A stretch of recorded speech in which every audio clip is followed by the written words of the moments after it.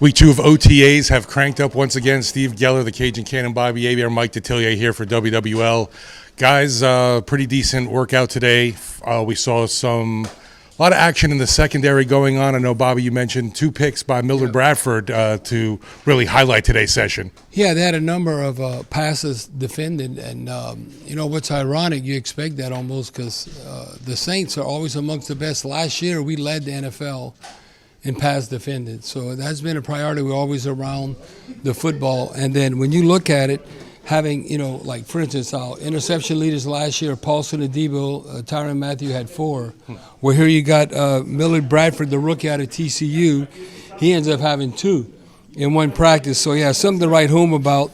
But what was interesting was that, and it was dealing with Bradford, they were doing a special team drill.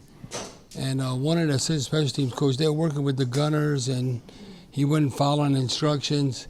He said, I don't know how they do it at TCU, but we don't do that here, and that's a bunch of BS. Right. So it's kind of comical. But then he comes up with 2 picks. He's probably thinking, man, I don't play special teams. I'm a defensive back. Right. But no, you got to do it all. But I think the concept attacking the defense that I was impressed with, 2 big plays. It's always usually if they're playing in man coverage, that's when you want to catch them with a wheel route. A wheel route is when you go flat, running back, or just a concept. You might be in motion, go flat, then turn it up the sideline. That's why they call it a wheel route. And 2 big plays, like plus 25 yards. And you would tend to go with like Alvin Kamara or Taysom Hill, like versus Pete Werner. So they were thinking you're trying to attack the weakest link. So that was like plus 25 to Pete Werner. And then Haener hit Jordan Mims, beat Willie Gay Jr. on a wheel route, another, plus 25. So I think you see those concepts with movement and motion and doing wheel routes, and especially if you get the coverage you want, more than times the big advantage for the offense when that occurs.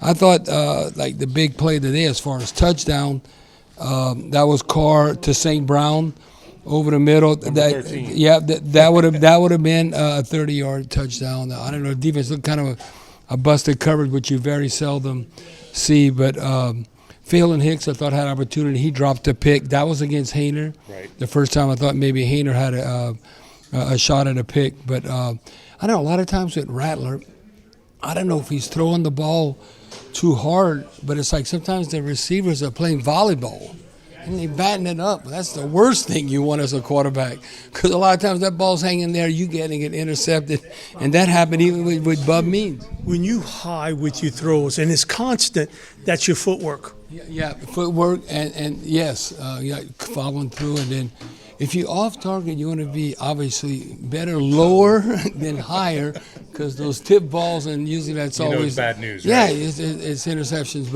But overall, I thought the defense, because the number of pass defended, I thought they had the upper hand today.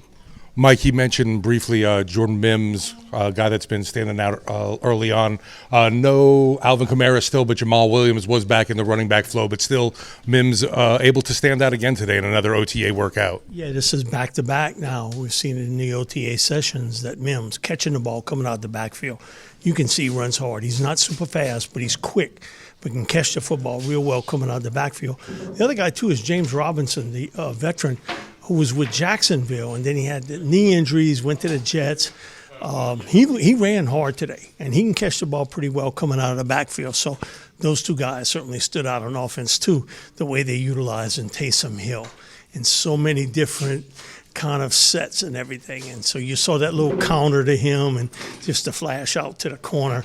Also, too, Melliford is his name, the punter from Vanderbilt. Yeah. Man, he hit a couple of rocket shots, and his placement of the punt I thought was really impressive. Not a lot of work at Vanderbilt.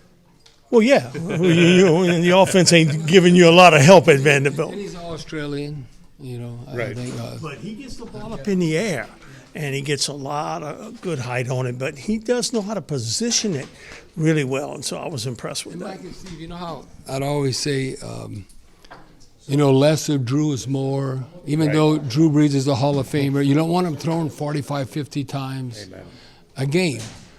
I think the approach of Taysom Hill, not less is more, more is more. We need more Taysom.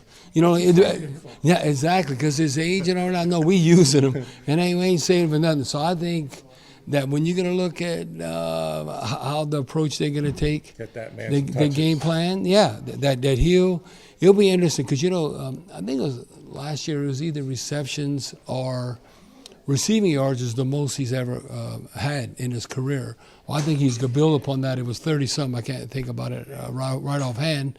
But I see, you see not less of Taysom, but more of Taysom.